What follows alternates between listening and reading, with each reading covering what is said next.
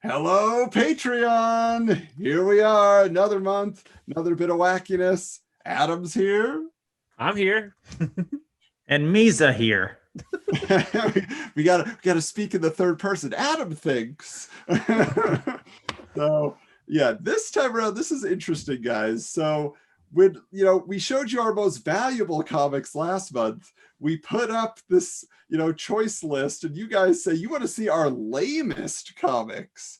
You could have seen our spiciest comics, but you chose our lamest comics. So I guess it's always curious. It's that scale. How do people grade what is cool, what is not cool in their collections? Why do they keep something? Why do they throw it away? So what is our reasoning? We'll get into all of that. But I'm just curious for you guys, when that topic was chosen, what was your thought when you're like immediate thought, my lamest comics? What does that mean? Like, So my first thought was, I got 20 boxes to go through to find the lamest comics. Like, oh God. So I kind of pulled an audible, and I've got something interesting to show you that is lame, and it is a comic, but it's something a little bit different than just like an individual issue. Is this a Yakov Smirnoff VHS? A lame comic? Is it a No. Carrot Top tape? God, I wish. Chairman of the board? Russia, comic book lame you. My first thought was I got rid of all my lame comics 10 years ago when I went through my box and cut it in half. So I found what I had left. Okay. Lame by somebody else's standards, possibly. Sure thing. Well, let's get started here. Let me show you, just to start things off. My mother-in-law, several years ago, she went to a garage sale. She found a pile of old comics like these. The kind of comics, this is what people that grew up in the 50s think comic books are, right? And these are from, the 60s. These are all old-timey. Look at this one. I don't know what this story is. Honestly, what is going on in that picture? A donkey playing a mandolin. There's a lot to talk about with that picture just alone. Now, what is the singing donkey worth? Have you looked it up? I have not. I mean, it is an original Classics Illustrated. She actually has a whole collection of these. She's been teaching at a country school in Montana for 40 years. And they have original, the whole collection of Classics Illustrated that she won't sell to me. She's like, well, it belongs to the school. I'm like, when you retire next year, you just bring those along. We'll get you some cash. But within that collection also was something that I saw it and I said, is this going to be cool? Is this going to be like Archie? No, it's just Lil Kids comics. So those other ones were licensed, at least, right? They were comic strips turned into comic books, stuff you've heard of. Mm-hmm. Of course, the singing donkey, who knows where that came from. But within here, there's classics like Little Lenny. Oh, Little Lenny. Yeah, how could anyone forget about Little Lenny? Little Lizzie. Little Lizzie. Or Pee-wee. Everybody's diminutive. It's all the tiny tinies. But the craziest thing about this, I mean, Little Aspirin. Little Aspirin. This is Little Aspirin comics, okay? Okay. The best part was that these comics, this Little Lenny, is written by Stan Lee. Whoa. That's This weird. is a Stan Lee creation. Little Lenny. Okay. No pay the alliteration. Yes. And yet, but just the fact that there is no creativity whatsoever in these comics, that they are total ripoffs of Little Lulu and Dennis the Menace and all these others, that there is just it's so derivative. Even if it's a lost Stan Lee creation, I don't think he puts that on his credits list of I created Little Lenny. Let's put it this way: everybody needs a paycheck at some point. So, so yeah, Little Kids comics, no thanks. I like them. I'm what do you got, Steven?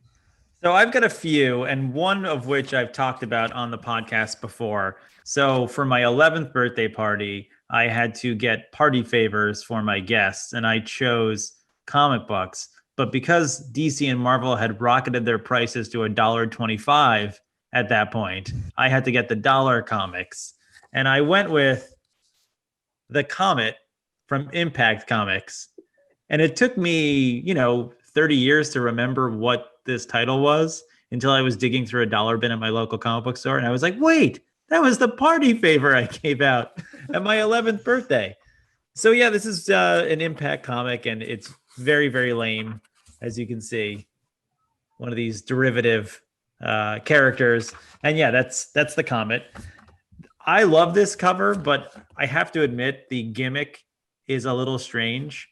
I love Power Man and Iron Fist, but an eighth of the page is an ad for Toys R Us where you can do a shopping spree, which again, really cool. I'd love to win a Toys R Us shopping spree. I pretty much bought the book because of the Toys R Us ad, but you have to admit when half your cover, or like when an eighth of your cover is an ad for a contest, maybe not the best. Your book's Yeah, not doing you're definitely not putting the value on that particular comic. That is for sure. Finally, a crossover that I was excited for and which turned out to be terrible. Archie meets the Punisher. It's no good. Have you read this? No. Archie meets the I remember Punisher. it, but I never read Archie meets the Punisher. And if you thought, I mean, look at the back, the Punisher symbol with Archie's weird little nub nose face. Wow, we need to review this for a YouTube video. This is something. Wow. You know that existed, Michael? No, I didn't know that existed. Oh wow, yeah, I remember. I it just back I in the just day. envisioned the Punisher going around and shooting everybody in Riverdale. I mean, I'm looking for that Sabrina. Where's that witch? first of all, this is a $3 comic in 1994. So this was a $3. prestige issue. It opens pretty, like, you know, with a pretty hardcore little chase scene here where Punisher's chasing down some baddies. And then look, it's an image you never thought you'd see. Archie Andrews in a sniper's rifle. So, you know, obviously Archie Comics figured out how to do crossovers very well and kind of modify the character, but this was the beginning of it in a way, and they hadn't quite mastered it. So Archie meets the Punisher. That's pretty funny. All right, Michael. Okay, so I got a couple things. So I did pull out a comic. And this was one that I don't know. It's actually in a sleeve of like 4 or 5 books. I've never opened this in 30 years of owning it. So we're gonna open it together. This is the top one. And again, like I said, I don't know what's in this at all. What if Action Comics 1 is in there? Just been hidden. All these years. If you imagine, I don't even know. It doesn't look, but by the back of one of them, it doesn't look as if it's Action Comics #1 here. But Okay. Mickey Mouse comic. Another Mickey Mouse comic. Oh. A Okay. Scrooge comic again. Yeah, but these look like these are like reprints from the 80s, right? Is what these are? I have no idea what this is. Open it up. Let's see what year it says. Because yeah, like they are lame if they're just reprints. That's how I always feel, you know. So, yes, these are reprints from the 80s because the original thing says 1934 right there. But on the other page it says Walt Disney's Mickey Mouse number 229, August 1987. So I guess they are either a reprint of, they're reprints of other like old vintage stuff. So it looks like. So that's the first thing. And like I said, I just threw that in a box and never looked at it again. So that was one thing. Now the other thing I have that is lame. So I have a ton of graphic novels, most of which I've read once and just put on a shelf and never picked up again. Everything I'm about to show you is all Batman books that I think are terrible and I couldn't get through. First, Batman Noir. It is a series of stories. They're all black and white. It looks visually cool, but every single story in it is worse than the next. And I've never finished the whole book. It was so bad. It's kind of got like a Sin City vibe. It does have a Sin City vibe. It's by Brian Azzarello and Eduardo Rizzo, Risso. And it's Frank Rizzo, open up your ears. All right, Zizio. Hello, sir. This is Saul. The next thing we have is Batman Eternal, and this was a weekly book in like 2016. It went on for an entire year. There is 3 volumes of it. I've never gotten through number 1 because it's so boring. It's I was gonna say, that's a thick trade there, and you thick. haven't even gotten Like- through it. Yeah. like this. I've gotten, I'd say, okay, I literally have the bookmark still in it of where I left off. It's a Midtown Comics bookmark, by the way. Oh, hey. I don't even know what page it is, but I'm like, I'd say that much left of this thing, and I never got through it.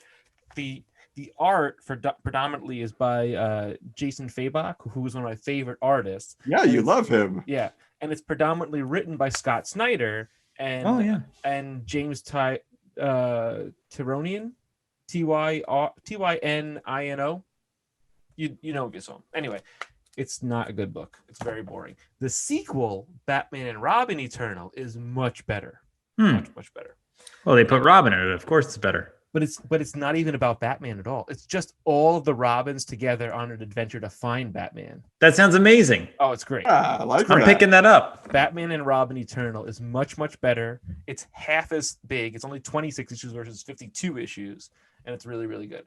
Now, the last thing I have that is really lame is Bruce Wayne Murderer. So this I is remember that. This is volume 1, and I read this, and he allegedly killed Vesper Fairchild, Mm-hmm. and so Bruce Wayne is on trial for murder, and he gets put in jail, and then he escapes. That's how the end of the book ends, and it's really kind of dumb. But they made 3 sequels to it: Batman Fugitive, volumes 1, 2, and 3. And I bought all 3 to figure out how the story would end.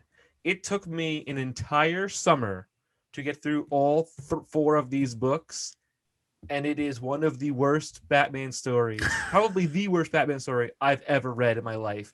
To the point Wow. where I'm like, I can't believe I spent,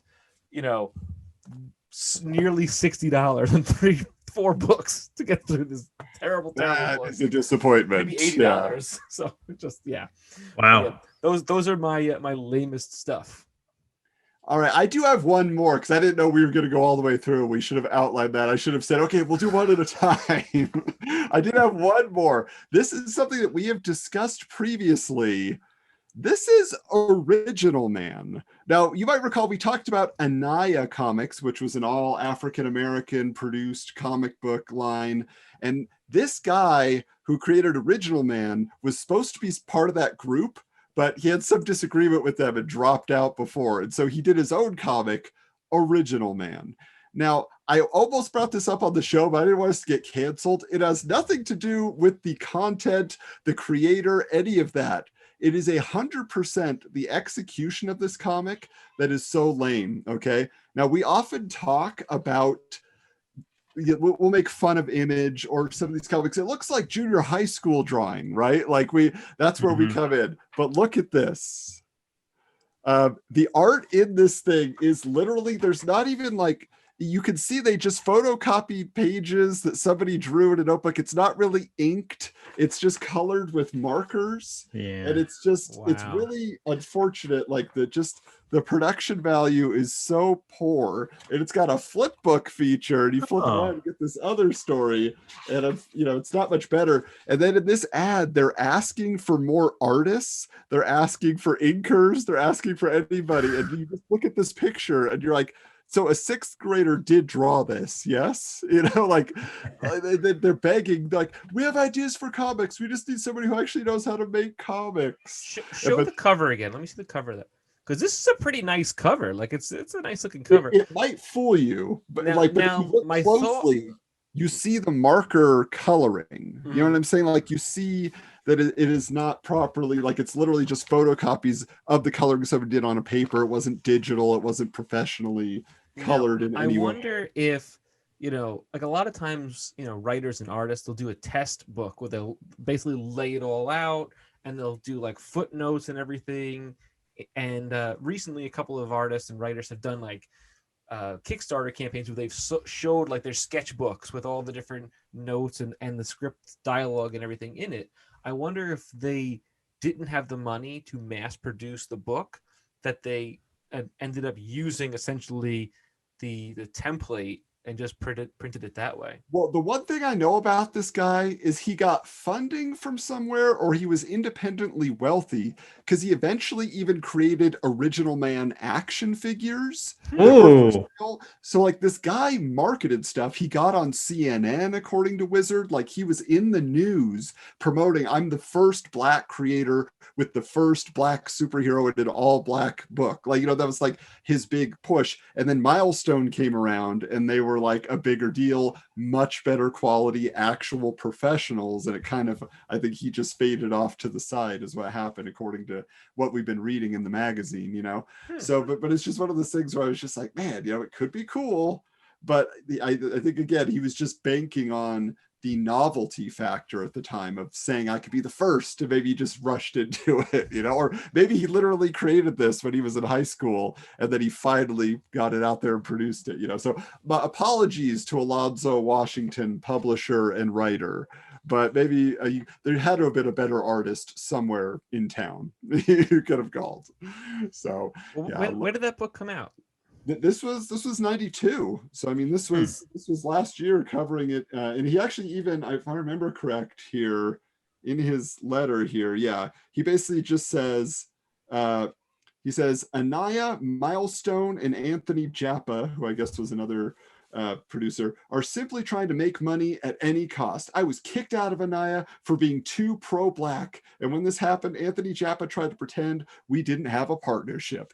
So I mean, he's all like, he's fired up. I mean, there's some intensity and anger behind this book, but it didn't the way Image, they were kind of angry about how they were being treated, but they had the talent to back it up, and I don't know that he quite had that. So anyway, it's a weird footnote, but it was just like, I just remember opening the book for the first time and being like this is not impressive, unfortunately. So so that, I mean, that's our lamest stuff, guys. I'm sure you guys watching have some lame comics in your book that have not held the esteem over the years. I don't know. Some people, their opinions of their collections change over time. Sometimes there's the nostalgia, but we want you guys to comment here on Patreon, or just reach out to us on social media. We want to see your lamest books. Okay, we gotta know. But what are you guys, Michael and Steven, of all the stuff? We'll give them a little preview of all the stuff we have planned right now. We got a lot of special episodes coming up. What are you guys most excited about? Rocketeer, I would say. Okay, 90s Super Cinema. All right. I would 100% agree. Rocketeer, and then I'm excited to see what people choose for 93, 94. 92, I'm pretty certain what people are going to pick. 93 and 94 are kind of up in the air, so Rocketeer. What I will tell you guys is, for April 1st, April Fool's Day, we have something very special lined up that's been in the works for most of the life of the podcast. So we finally got it done. If nothing else, in Adam's mind. like it's all up here, yes. But we had a total fun time putting it together. So you'll get to hear all the outtakes when we post the early version. Oh boy. Yeah. What would be kind of a cool thing we could do, there's so many major events in the history of comics, like event stories.